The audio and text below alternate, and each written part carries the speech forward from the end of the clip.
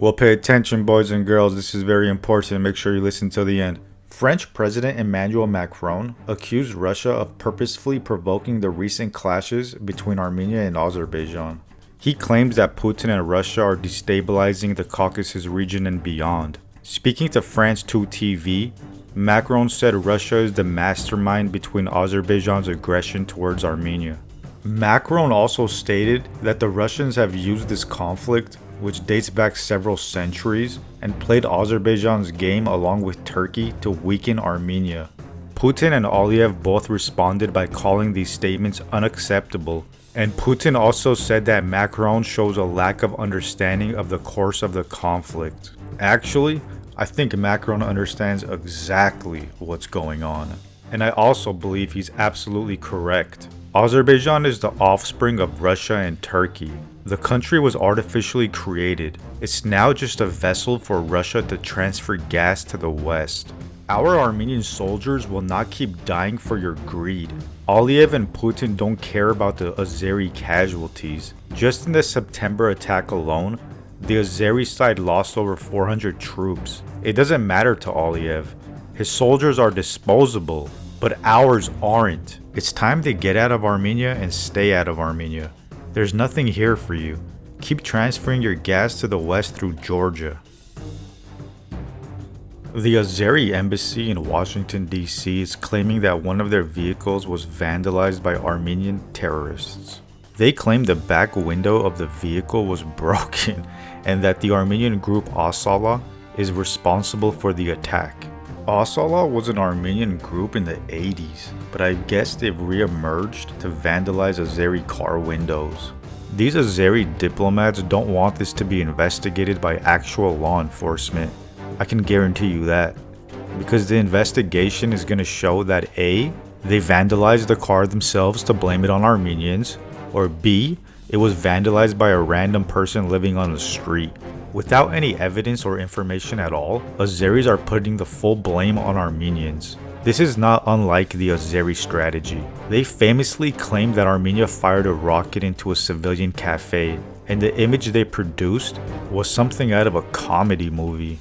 But what's not funny is that they were 100% serious in claiming this photo came from an Armenian rocket, and till this day don't deny it. They also recently dug up Armenian graveyards and claimed the burial site was a mass grave of Azeri prisoners that Armenians tortured and killed. Mere propaganda. Azerbaijan is seeing how the entire world is no longer blind to their genocidal ways, and they're trying to now accuse Armenia of crimes they've been committing for years.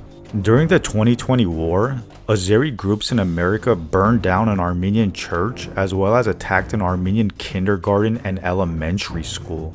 The FBI still has a $50,000 reward for any information leading to an arrest of these cowards. This is the true face of Azerbaijan, an artificial country created by Russia and Turkey, where the only purpose is to cause destabilization in the Caucasus. Azerbaijan is an experiment gone wrong. Well, pay attention, boys and girls. This is very important. Make sure you listen till the end. Europe thinks that it's doing the noble and honorable thing, but in reality is doing the complete opposite. They claim they no longer rely on Russian gas because of Russia's war on Ukraine. They're still buying and relying on Russian gas. The only difference is now they're getting it through Turkey and Azerbaijan, and they're paying a little more for it. The TANAP project was launched to meet Turkey's increasing natural gas demand and to diversify the natural gas sources of EU countries. The project is connected directly to Erdogan, but at the end of 2021, Lukoil Russia bought 26% of the shares from TANAP. The shares that they bought belonged to Turkish President Erdogan. Lukoil Russia bought the shares in a meeting that took place in Sochi between Putin and Erdogan right before the Ukraine invasion. Europe is still very much relying on Russian gas, and if you think Europe doesn't know this, then I have a bridge to sell you. Let's not be naive.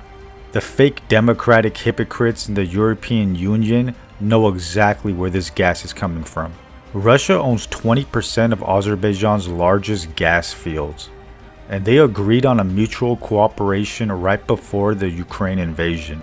How convenient. The only people who suffer are the ordinary citizens that are paying double and triple to keep their butts warm during winter. Ursula von der Leyen and the other criminals in the EU are not only playing the game, they're the referees.